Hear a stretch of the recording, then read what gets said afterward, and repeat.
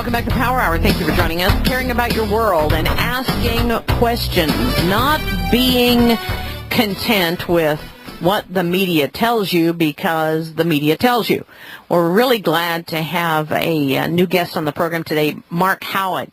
He is a musician, a filmmaker, and founder of what is going to be called the World Public Union, and we'll talk about that later. But on this program this day, we're going to be talking about Sandy Hook. Mark Howitt takes an investigative look at the events and controversy surrounding Sandy Hook because we cannot let it go, ladies and gentlemen. He has put together Sandy Hook, the documentary, that is amazing. It is 2 hours, and he discusses the identities of the multiple subjects, the police audio analysis, which is something that's interest of mine, witness testimonies, media coverage, the Lanza family, gun ban issue, all those things together, and I thank him very, very much for joining us today. Thank you so much, Mark, for joining us in the Power Hour. Thanks for having me on the show. Absolutely. Now, you say that you think this is as big as the conspiracy that surrounded the death of JFK. That's quite a statement. Yeah, well, next to the JFK, after that, there was the 9/11, event, and this seems to be of similar magnitude when it comes to American conspiracy.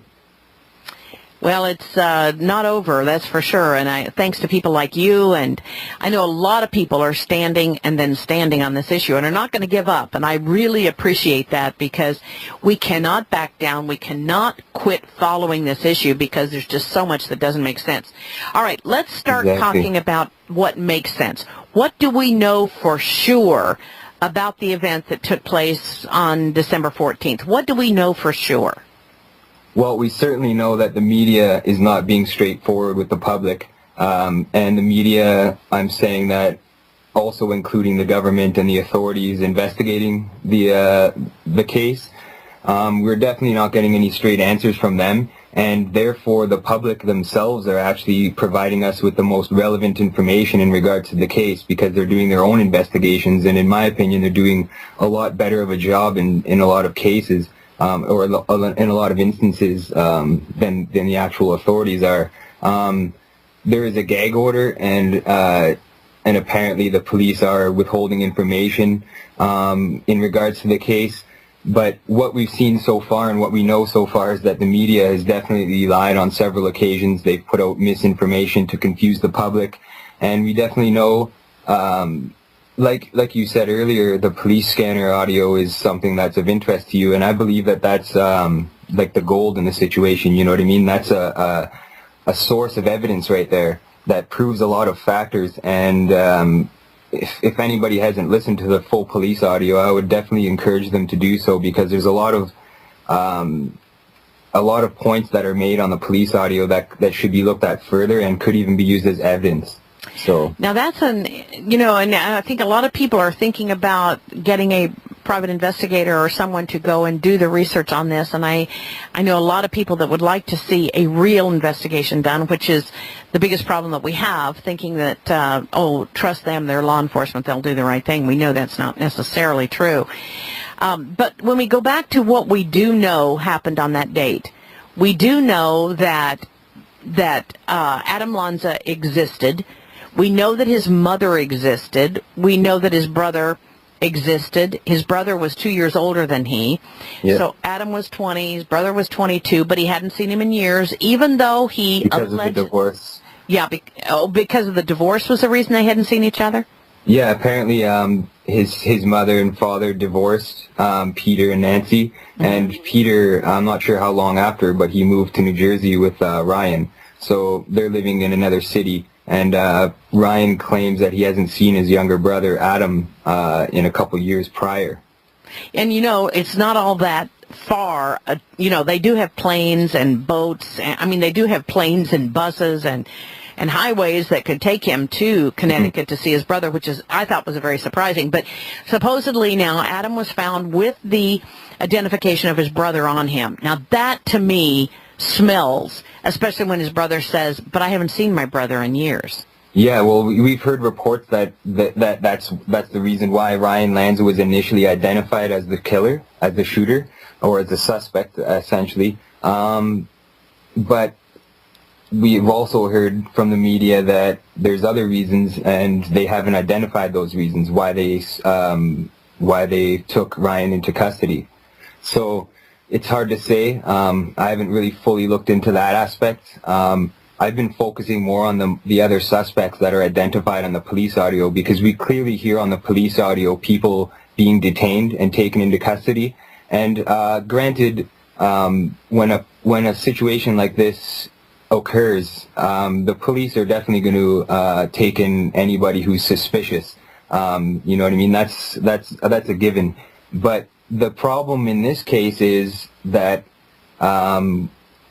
the people that were taken into custody, their identities were never revealed for the most part. We know that Chris Manfredonia was detained, who was a parent of one of the kids, but there's multiple people that were detained. It wasn't just one, it was several. And from my initial counting, I counted 7 suspects in total that the police were looking for, or that they actually detained. There's essentially 3 people that are still at large. 2 were in the van. There was a purple van with suspects in ski masks and nun outfits that was reported on the police. And nun outfits, ski masks and nun outfits. That normally is not what we see together, is it? Yeah, exactly. And then you hear a reporter, I think it was ABC, reporting that somebody identified one of the suspects as being dressed as a member of the clergy. So this could have been people dressed up like nuns or religious figures, but that's only 2 of the suspects that were in the purple van that we know of. There's also another suspect that was potentially still at large, and there was 2 suspects detained from the woods, where officers claim arresting people in the woods. And there's Adam Lanza inside of the school is another suspect. There's also, from my study of the police recording, there's actually 3 people in total that actually get apprehended by the police. So if you count the 3 that are apprehended, plus Adam Lanza, plus the 2 that are in the van, that's 7 people, counting the other one that's at large. So that's a lot of suspects, you know what I mean? And we haven't been told the identities of these people. The Newtown Bee, the local newspaper for Newtown, Connecticut, reported that there was an off-duty tactical officer that was detained by police. And there's a witness named Roy Lowe, who's from Newtown, who claims that he's looking directly at the suspect when he's giving his testimony to the news reporter. He's looking directly at the suspect, and he says that he's inside, like in the front of the vehicle. That's what he said. He's sitting over in the front of the police car. He didn't say in front. He said in the front of the police car. So whoever they detained was, in my opinion, sitting inside of the front of the police car, and his identity wasn't revealed because he was a member of the government. He was like an agent of some government faction, an off-duty tactical officer. So that's just one of them. And if there's other people on the police audio, you can hear other people detained around the same time. So that was a group of people that were detained, and they were likely all from the same unit, or off-duty tactical officers that say they're from another jurisdiction. They weren't even from Newtown. And the media and the authorities have not released what unit they were from, their names, what they were doing there, and you know what I mean, and what agency that they were attached to. We haven't heard any information about this. And the only other times that we've seen instances like this happen is, for instance, with Lee Harvey Oswald, when he was taken into custody by Dallas police when JFK was assassinated. He was taken into custody, and the local police didn't even know that he was a CIA agent. Mm-hmm. So with them not knowing that, he was killed a couple days later by Jack Ruby so that he wouldn't talk and spill the beans on the CIA. And they held that secret for a long time. They were only seeing documents being released now. That's right. And don't I recall that Oxford Police Department was mentioned by a couple of the police officers? I've never seen that myself, but yeah, it could be that they did release that information. But the point of the matter is that there were there was off-duty tactical officers running away from police officers, and they were detained as suspects. Yeah, so why would somebody... That's the big one right there. That is. And that really not is. Not only that, but the suspect vehicle that was parked in the front of the front of the school in the loading zone. You don't see the media telling us this, but all 4 car doors were open. All 4 doors on the car were opened, and there was 2 sweaters laying on the ground beside the car. So that indicates that more than one person exited the vehicle. And if they had their hands full with weapons, ammunition, or perhaps somebody that they were holding, carrying perhaps, they wouldn't have an arm or a hand free to close the door behind them, and they did it in a hurry. They rushed in there in a hurry to do what they had to do. So that indicates multiple suspects right there. And then after, we hear multiple suspects detained. So I think that the authorities and the government aren't releasing the information because they busted themselves. Yeah, it is so obvious that there was, in my opinion, that there was some type of exercise going on. Now, we know there was one 20 miles away. One of the parents showed up at the school and noticed the front glass was broken, and she heard gunshots. She started hearing gunshots, and she ran away from the school at that point in time. Now, this parent, on video, in a video testimony she gave to a news source, she says that she's the one who saw the car doors open and the sweaters that were laying around the car. And she, like, that's evidence right there. That's a witness testimony. Right. Should be evidence right there. When we come back, let's talk about also the nurse, Sally Cox, which that one doesn't smell right either. We're going to talk about a lot of the issues involved in Sandy Hook. We'll be back after this 4-minute break.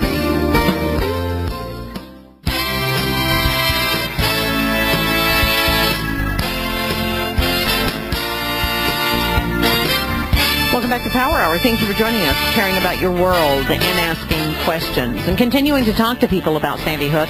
It is so important. It's amazing how many people I talk to that have never even questioned Sandy Hook. So that's our job, to get out there and to challenge them with the thought-provoking questions that will create a situation in their own minds to where they will begin to search. And that's when we have the increase in the number of people that are going to stand and then stand. Joining me today is Mark Howitt.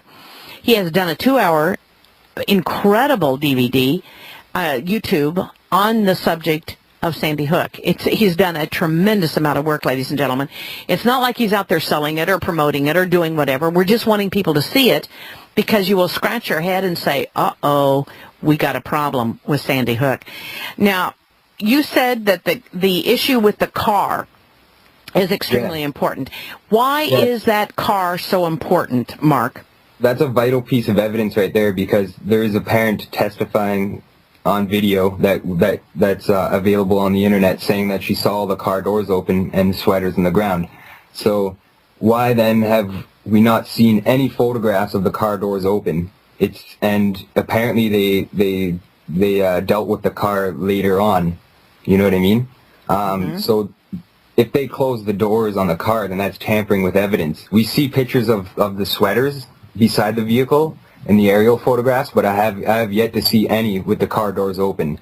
And they also tampered with evidence when they were taking the gun out of the trunk of the car. The officer was clearly not wearing gloves when he was doing that, so he would have destroyed any fingerprints that were on that gun. So it seems like they've been tampering and destroying evidence along the way to cover their tracks. You know what I mean? Which is exactly what would happen if a government agency were caught doing something like this. They would be trying to cover it up, cover their tracks. You know what I mean? Well, certainly. And we know more and more people now are shutting down and not talking about Sandy Hook. We had a few of the family members who were out there sort of in a jovial manner talking about it 6 hours after the death of their child, or, attending a memorial service before they were even buried, which makes absolute no sense to me. But other than that, we don't have very many people speaking out. The question is, where's the nurse? Why hasn't she been on television? Or why aren't we seeing something of the events that took place? Now, you said that there was one man who saw the car doors open and the 2 sweaters. Now, what do you think the sweaters are? Well, the sweaters could have been to hide weapons, so it wasn't so obvious that there was large weapons being brought into the school. They could have used them to cover them. There's a couple other ideas. Like it's speculative right there, you know what I mean? Because nobody really does know why the sweaters were on the ground beside that suspect vehicle, but there was two of them. And you'd think that if Adam Lanza had all those weapons and he was running into the school, and like, how would he be able to carry the sweaters out? And just looking into this matter, I just see it as Adam was set up as a patsy. That's the way I totally see this. I believe he was killed the day before because his autopsy report says that he was dead on the 13th. Mm-hmm. And he was, and according... Wait a minute, his autopsy report or the Social Security information? Yeah, the Social Security death index report says that it's dated for the 13th, when the media and the authorities are telling us that he died on the 14th. Because as far as I know, the death certificates have not been released, even though they should be public information, correct? Yeah, there's a gag order, but like I was looking online and I found the Social Security death index, and there's other victims listed on there. It's in the documentary. It shows that Emily Parker says that she died on the 14th. His mother says that she died on the 14th, but Adam Lanza says the 13th, which is very odd. You know what I mean? If that indeed proves correct, then that means that he was killed the day before, and somebody killed his mother as well, and then drove him to the school and brought him inside of the school, and that would indicate that would be a good indication of why the car doors were open and there was two sweaters as well. Because if you got to drag a body inside of a school and weapons, you know what I mean, you're going to need as many hands as you can, and you're not going to have that many hands available to close the doors behind you when you're rushing into the school to do something like this. All right, now, let me ask you, though, a basic question. Do we know that Adam Lanza was ever at the school? Do we actually have any evidence that he was at the school? There's no evidence of that we've seen, just like there's no video evidence showing anybody entering the school, even though they implemented a security camera system mandatory for schools in the area. We haven't seen any video footage either, just like the case with James Holmes in Aurora. We haven't seen any of the video footage. Okay. All right, we'll be back after this 3-minute break with the Power Hour. Mark Howitt is our guest, and you can go to thepowerhour.com and click on Sandy Hook documentary. Stay tuned. We'll be back. 3 minutes. Joyce Riley here.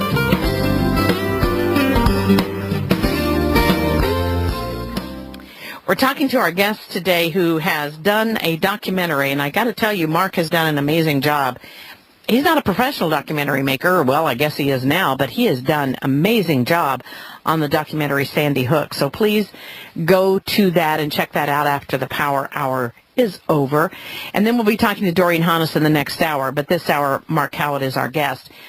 Mark, you were talking in terms of the car with the doors being open. That's very important. Now, we don't have, other than Sally Cox, who is the nurse there, a sighting of Adam Lanza. No picture, nobody else saying they saw Adam Lanza at the school. Now, the other thing I wanted to ask you to address is, it seemed to me that we heard about the death of the mother almost at the same time we heard about the death of Adam Lanza. And it seems to me, I have to question, how did they know that the mother had died or been shot, or that Adam Lanza did it? What do we know about that situation? Well, I believe there was a tweet actually made by a certain news agency that was done early in the morning. If not early in the morning, it was right after. I remember questioning the photograph, because it was a photograph taken in front of the Lanza home, and it was done at a very suspicious time. It seems like they were expecting it, you know what I mean, that they knew to be there. They could have had advanced information about it, or they could have just been there already, you know what I mean, and setting it all up. These are all questions that people are asking now because of this. There's a lot of people that have debunked the materials that were posted before the date of the shooting online, but there's certain things that you can't edit, like you can edit content and titles of documents and videos and such after you've uploaded them, but with tweets you can't change the date or the content, you know what I mean? So that's like permanent trail on the internet. So there's all those anomalies that exist within the case. And the main point, or the main evidence too, is the police audio, you know what I mean? Like with all the suspects being detained, and you hear them even at a suspect's house at 11 a.m. when the media reported that they were at the Lanza home at 2 p.m., you know? So interesting.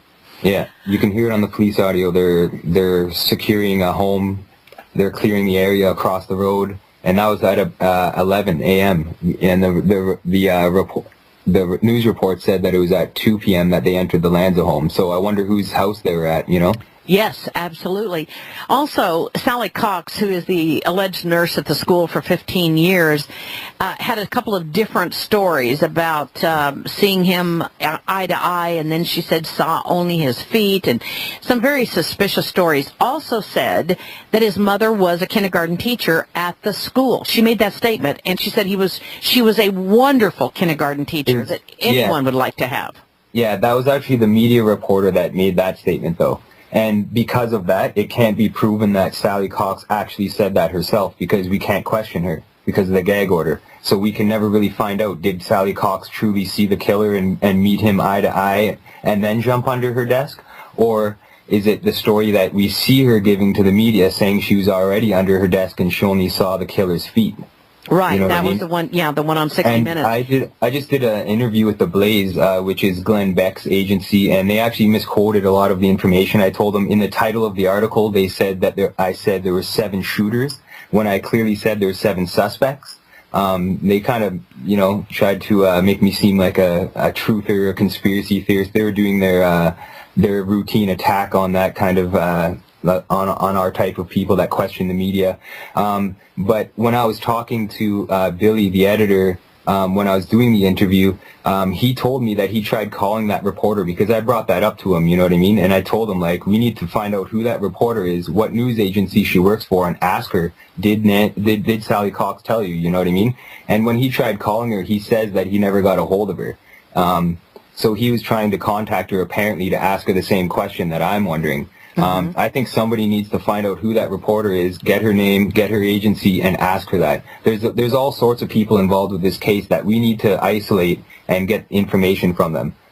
Some of these people are Roy Lowe, who's the witness who saw the guy. By the way, we were going to get him on the air. Aaron tried to contact him, but his phone has been disconnected, and it appears that the gag order is in process. Yeah, if it's disconnected, then definitely they made him change his number, because people are trying to call him to ask him the same question. Which is, what is the reason that we brought him into context?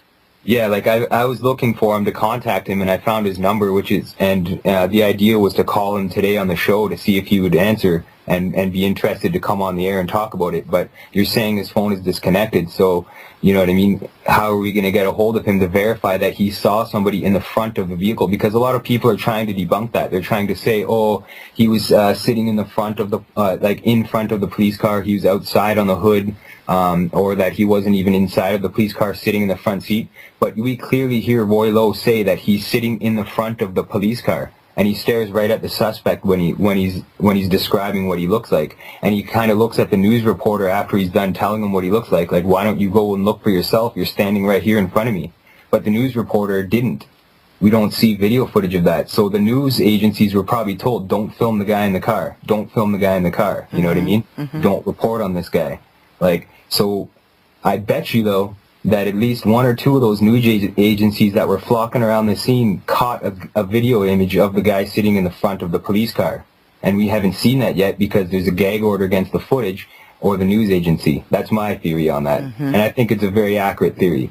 Because why else would somebody be sitting in the front of the police car, unless he was an agent or a police officer, a fellow law enforcement agent? I want to say that the information that you gave me regarding the Blaze, which is Glenn Beck's online paper, that's very disconcerting to me, that they would change it in so many different areas as to make you look like you were inaccurate in the information you were saying. I gave them detailed analysis of my evidence that I had, and they didn't include a lot of it in the article. They did include some things, but they kind of fluffed around it, you know what I mean? They didn't directly say what I was trying to say to the point. And I like to think that when I talk to people, I'm very straightforward and I don't beat around the bush. I try to be as straightforward as I can anyways, just because a lot of people can't soak in information properly. They've been programmed by the media. They've been programmed by the world. You have to really talk to people like they're almost children almost. Like, you have to be very basic, because if you start getting too technical, people get confused and they don't soak in the information. You know what I mean? You got to be very to the point, precise. And that's the way I was. I try to be like that when I do interviews. But yeah, he asked me like my political viewpoints. He asked me a lot of questions that were very important to the to what I was trying to say, and he didn't include them. Like my reply to my political views is, every single U.S. president has been related by blood except for one. That's my political view. And really, that makes sense. You know what I mean? Does voting even matter? No.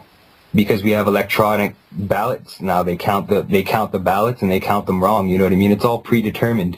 If every single U.S. president that's ever made it to presidency has been related by blood except for the one person, then don't people wonder why that is? Don't people question that and wonder if their vote even matters?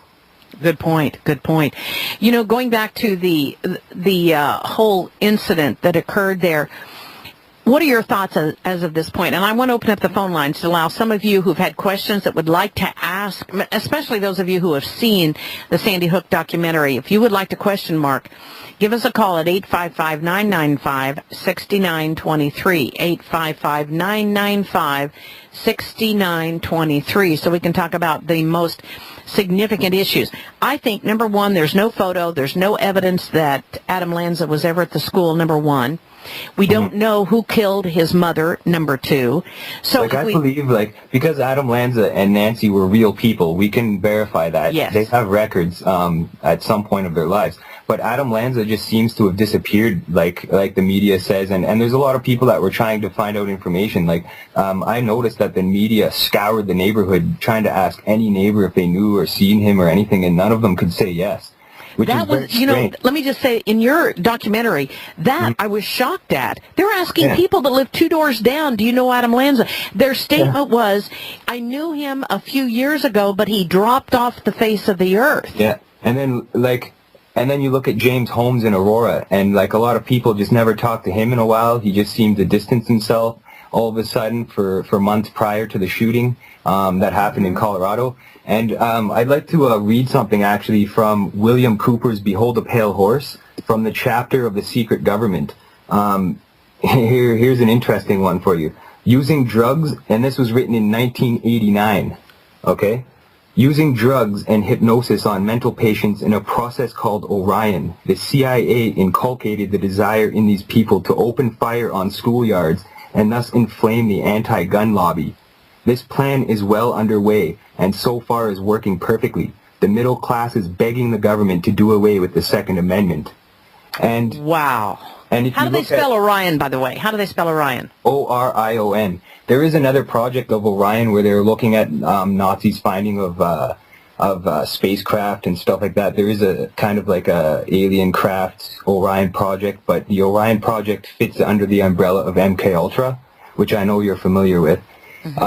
So Orion is essentially just a branch of MK Ultra, and William Cooper goes on to explain, I bet you if you do an autopsy on these suspects, that they have implants in their brain. Do you know what I mean? Check the back of their heads for implants and stuff like that. But if you look at RFK, Robert Kennedy's assassination, that was a CIA job. There's surveillance footage from inside the Ambassador Hotel showing David Morales inside the building. And he was a known CIA agent. And he also had connections to the JFK assassination as well, because he was involved in that. And his team was involved with the JFK assassination. So you got the JFK assassination, CIA involvement. You got the RFK assassination, CIA involvement. And then you have Sirhan, who doesn't claim to remember the shooting. He seemed to be in a trance, and it's been proven in more recent years that, you know what I mean, he could have been under hypnosis, which he claims he was. Now, James Holmes is also saying the same thing from Colorado. He's saying he doesn't remember it. He hasn't even pleaded guilty because he doesn't claim to remember doing the shooting. You know what I mean? So he's showing signs of this CIA Orion project where they're taking people and training them and preparing them to do something like this. And maybe that's why these people are just go missing for the years prior to the attacks, or months prior. Maybe, and I've looked at the CIA website, and in order to become a CIA agent, you have to be especially gifted in some sort of educational field. You have to be gifted in some sort of area. And Adam Lanza was gifted in computers, apparently, computer technology. Even though he was not on Facebook or Twitter? Yeah, which is strange. That's almost like the CIA, you know what I mean? Like, not the CIA exactly, but I mean, they would want to erase his digital imprint if they were going to do something like this, which would kind of, if he was so much into computers, then that would explain why there's no record of him anywhere. And also with James Holmes, it seems like there was a bunch of social accounts made for him just prior to the shooting, a few months prior, that made him out to seem like he was guilty. And they could have been made by anybody, you know what I mean? They could have just been made and put up there so that we'd believe that it was him. And he's showing the same symptoms as Sirhan. And Adam Lanza is apparently dead now, killed the day before the shooting.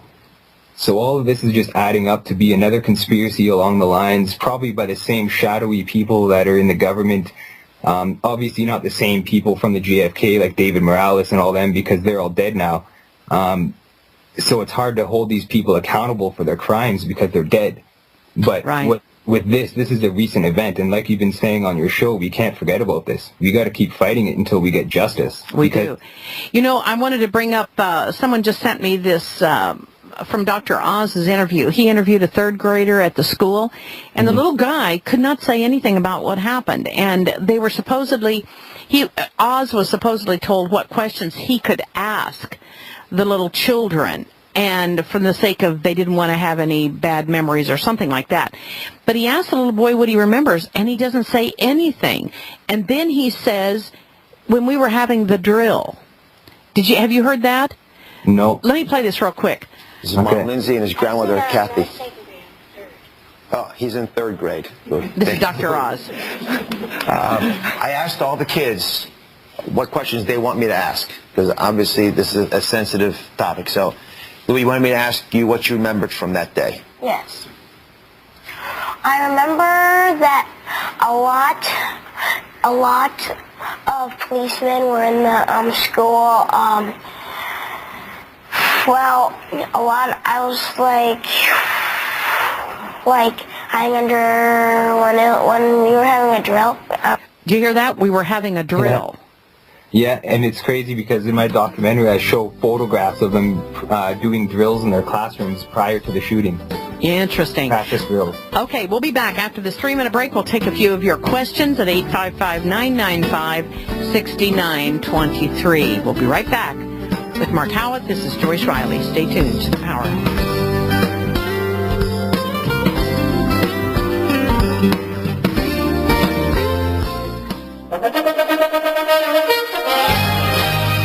Welcome back to Power Hour. Thank you for joining us. Caring about Sandy Hook. You know, we need to give our disclaimer that we are concerned about Sandy Hook, the people there, the people that were harmed, the people that were injured. Whatever took place, we just want to know the truth, and we want to know why we're not being told the truth, or why we have to go to so many circuitous routes to find the truth. We just heard Dr. Oz doing an interview with one of the third graders who really, after that, didn't know what else to say, other than there were a lot of police inside the building. Now, wait a minute. I thought the children had been evacuated. So that doesn't make any sense. He said there were a lot of policemen inside the building, and we were having a drill. I kind of think that's the answer. Before we go to the two callers, let me just add that they have now said the police are going to put a gag order on the information till June, and that they're now looking at more than one shooter. Now, is that an official statement that they're looking at more than one shooter from the police department? Yeah, that's the latest news anyways, that they don't want to release information to the public because it might jeopardize their investigation into this other suspect shooter. The thing is, they had some people in custody already, so is the shooter still in custody and not talking? If so, then what's he hiding, and who does he work for? There's a group of people, so what agency does he belong to? You know, these are all questions that we're all wondering right now. If he is still in custody, that is. Maybe did they let everybody go? We don't know because the media hasn't told us. The authorities investigating the matter haven't told us. They said they released Chris Manfredonia, but they never told the public if they released the agent or the other people that they detained. That's indicated on the police audio recording.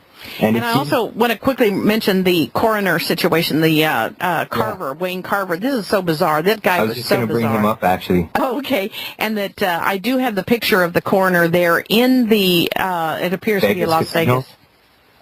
Go ahead. The Vegas casino photograph? Yes. Yeah.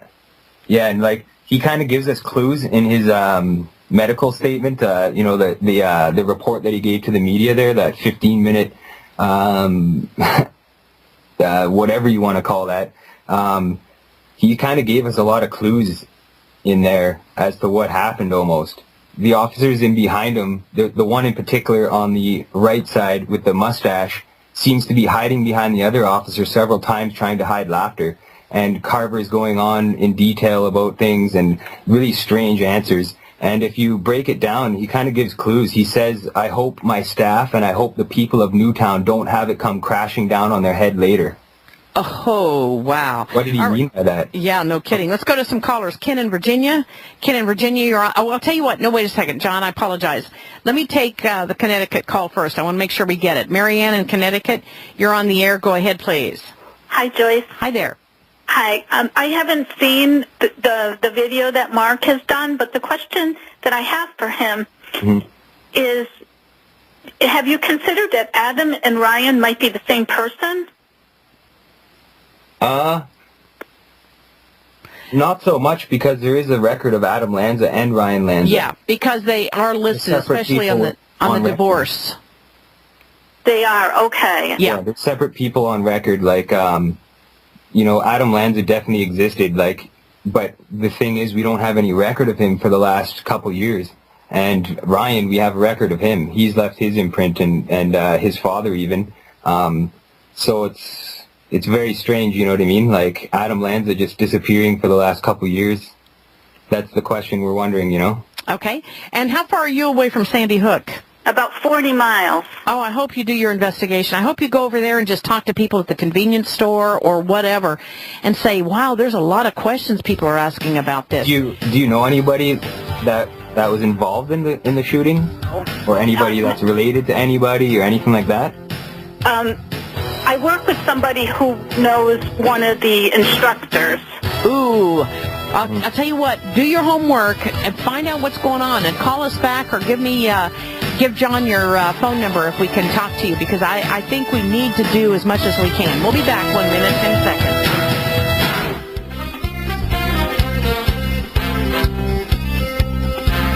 Welcome back to Power Hour. Thank you for joining us, sharing about your world. We're talking to our guest today, Mark Howitt. You can see his 2-hour documentary. It is worth it, let me tell you. It is worth it. Let's go to, let's see, we were talking to Marianne in Connecticut. I hope she gives us our phone number so that we can stay in touch. We need to be talking to people in Connecticut to find out what's happening there. I don't care how minor the contact might be. It may turn out to be something really important. Let's go to Doug in Texas. Doug, you're on the air. Go ahead, please, with Mark Howitt. Hey, good morning, Joyce. I was on the internet recently on a website that showed ground level photos of the incident, and there was a picture with there's a guy, I think his name is Gene Rosen, and in the background, and he was a guy that kind of was involved with his kids some way, and in the background of that picture, there was a big electronic sign that said, please check in here, showing people where to check in for this apparent staged event. I mean, it's unbelievable. Okay, let me ask, have you seen that, Mark? I don't think so. That's kind of interesting, isn't it? Yeah, if that's what it's saying, but like it could be for like people that were coming to the scene, like maybe paramedics, fire department, maybe they had to sign in to let them know they're there or something. I don't know. Yeah, it could be after the event also, maybe for the parents, like you say. That's one thing about the investigation is when it happened, like a lot of news reports were coming out that were later proven to be false, et cetera, et cetera. But a lot of the video footage we have come from different times, you know what I mean? So the people running in the forest, there's a lot of people claiming that it's actually later on in the day, as opposed to on the police recording when the suspects are detained. There's news helicopter footage of people running in the forest, and apparently from the shadow lines, it seems like it's a bit later, like around noonish. And the police audio recording, you hear the suspects detained at around 9:45 to 9:51 p.m. or a.m. Sorry. So that's one thing. If you look at the shadows on the videos, you could tell what time it is to kind of get a good apprehension for what time of the day it was. And did you notice also that there was, speaking of time, that one of the teachers said they didn't get out of the closet till 1 p.m. I just could not believe that statement. I think the nurse was hiding too for a long time before she escaped. The thing is with this case is there's a couple possible solution or explanations for what happened. And the first one is that it was all staged, that nobody died, and that everybody was playing a part in a staged event to try to, like a false flag event. You know what I mean? And the other possible scenario is that the people did die, and there was a shooting, and the children did die, and that there was a lot of people affected by it. And there's another possible scenario too, is that the children did not die, but the parents were told they did, and that's why they weren't allowed to see the bodies. And that kind of plays in, I don't know if you're familiar with Kathy O'Brien, how she said she was raised from a young age and sexually abused as a slave by the government and agents of members of agencies. Right. I think a lot of our people are familiar with her story. Yeah, so like there is actually children, like look it up, it's documented that children are raised from a young age where they don't know their surroundings yet. Okay, let me just add on the Kathy O'Brien story, I've not seen any documentation. I've challenged them on that, and I've not seen. That is purely her story. Yeah. So I just want to make sure everybody understands that. We're not talking about a documented story. There's other cases, though, where children were like thought to have been kidnapped by members of the government for reasons like this, and the MK Ultra experiments when they're experimenting on children too. Like that's pretty. The government's been killing children for many years, and it's just that's the thing, you know. It either happened or it didn't, and that's the big division line here. Yeah, and I want to thank you so much for being on the show today. We need to follow up on this with any new information. We will continue to follow this story. We didn't even get to the police recordings that you all will want to hear on his documentary at Sandy Hook. He's a musician also. I didn't get your information on your music, so we could add that to the email blast if you send it to me. But you have a band, don't you? Yeah, I'm in a few musical projects. I run a record label. I'm pretty involved with the music industry, like not mainstream or anything like that. I do like heavy metal, so it's pretty underground stuff. No Moon River stuff like that. Stuff like that. All right. Thank you very much, Mark, for joining us in the Power Hour today. We'll be back. 3-minute break. Stay tuned. It's all about the truth. Hi, this is Joyce Riley, and most of you already know how Miracle 2 products can be used in the garden to control pests, help your flowers and vegetables absorb nutrients, and promote growth. Most of you already know how it cleans around the house without harsh chemicals or toxins, cutting through grease and leaving your hands soft and healthy. Most of you already know how the moisturizing soap and neutralizer leaves your hair and skin feeling fresh and clean. And for those of you who've never tried Miracle 2, you owe it to yourself to find out why so many people agree that Miracle 2 soap is a miracle. Call 877-817-9829. That's 877-817-9829 and try Miracle 2 products today. The 76 startup package includes all 5 of the Miracle 2 products, an $80 value, only $76, and that includes the shipping. Call 877-817-9829, 877-817-9829, and order your Miracle 2 products today. Then you'll know why so many people say it's not just soap, it's a miracle. Thomas Jefferson once said, "When the people fear their government, there is tyranny. When the government fears the people, there is liberty." Our God-given right to life and liberty and the right to determine what is best for our lives and our family's health are in jeopardy. If we the people do not diligently assert these rights, they may be taken away and lost forever. Utopia Silver is known for fighting for health freedom, and we will not meekly allow ourselves to be led as lambs to the slaughter, sitting passively by and accepting the chains of slavery that are being placed on America is not an option.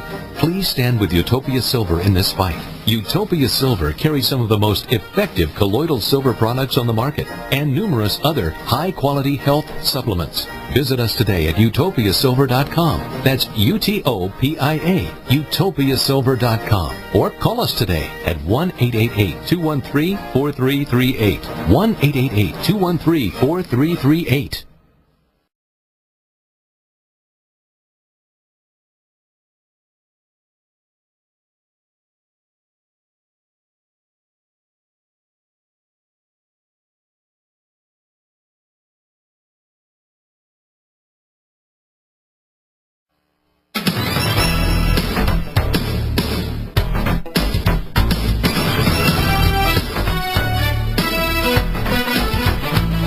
Welcome back to Power Hour. Thank you for joining us. Caring about your world and asking questions, not being content with what the media tells you because the media tells you.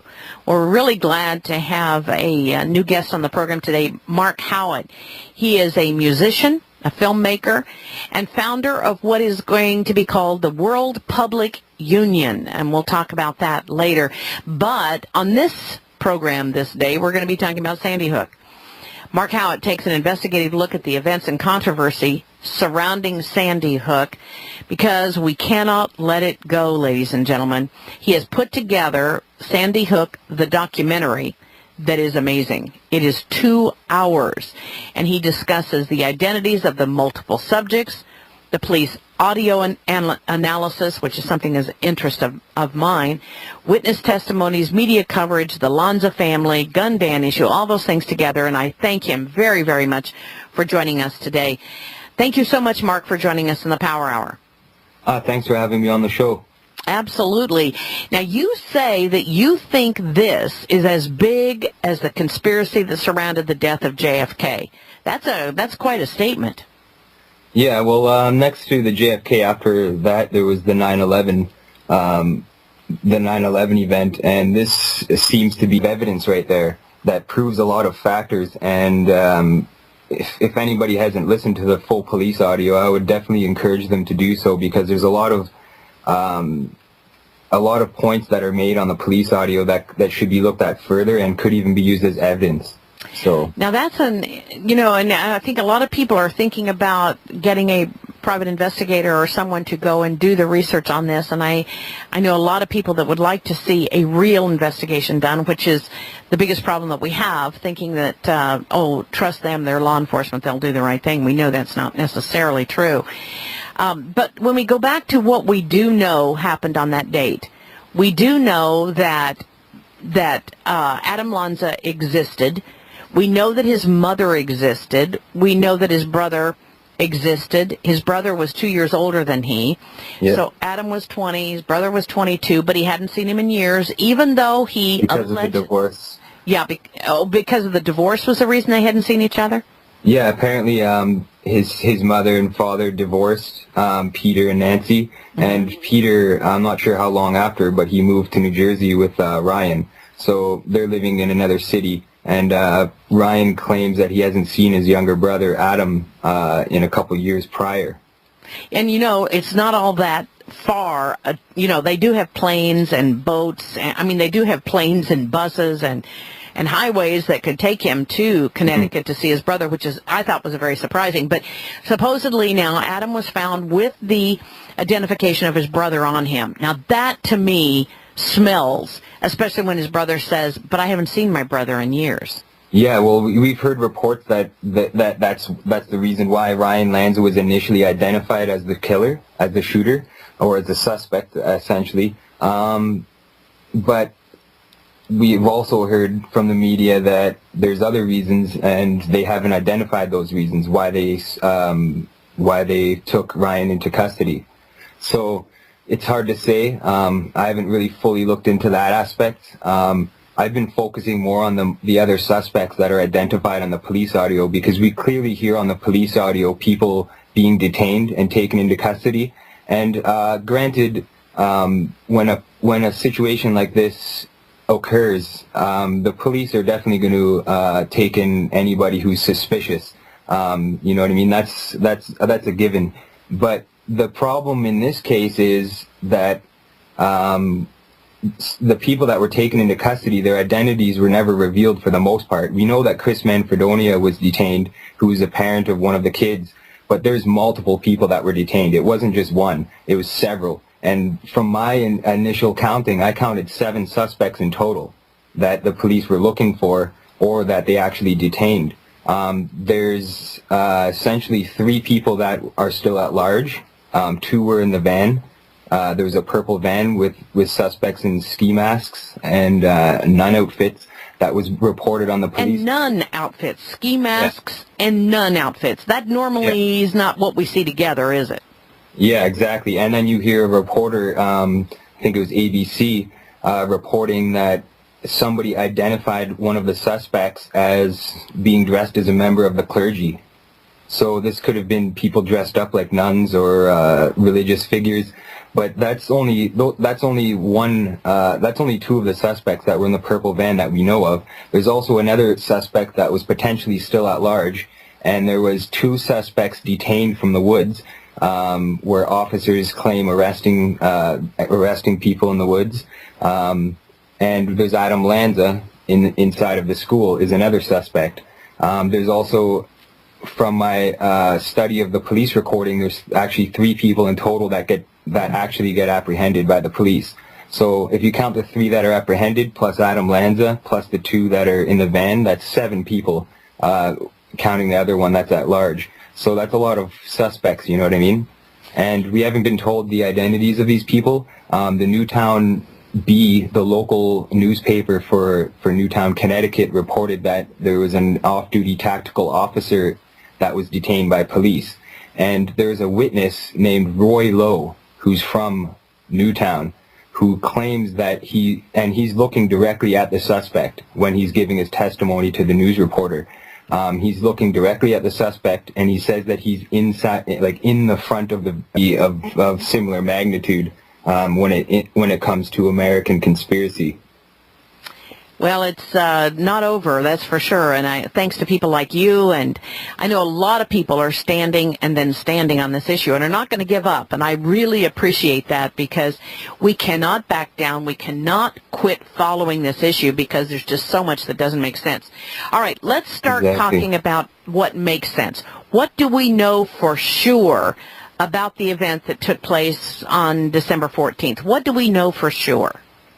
Well, we certainly know that the media is not being straightforward with the public, and the media, I'm saying that also including the government and the authorities investigating the case. We're definitely not getting any straight answers from them, and therefore the public themselves are actually providing us with the most relevant information in regards to the case, because they're doing their own investigations, and in my opinion they're doing a lot better of a job in a lot of cases. Or in a lot of instances than the actual authorities are. There is a gag order, and apparently the police are withholding information in regards to the case. But what we've seen so far and what we know so far is that the media has definitely lied on several occasions. They've put out misinformation to confuse the public, and we definitely know. Like you said earlier, the police scanner audio is something that's of interest to you, and I believe that that's like the gold in the situation. You know what I mean? That's a source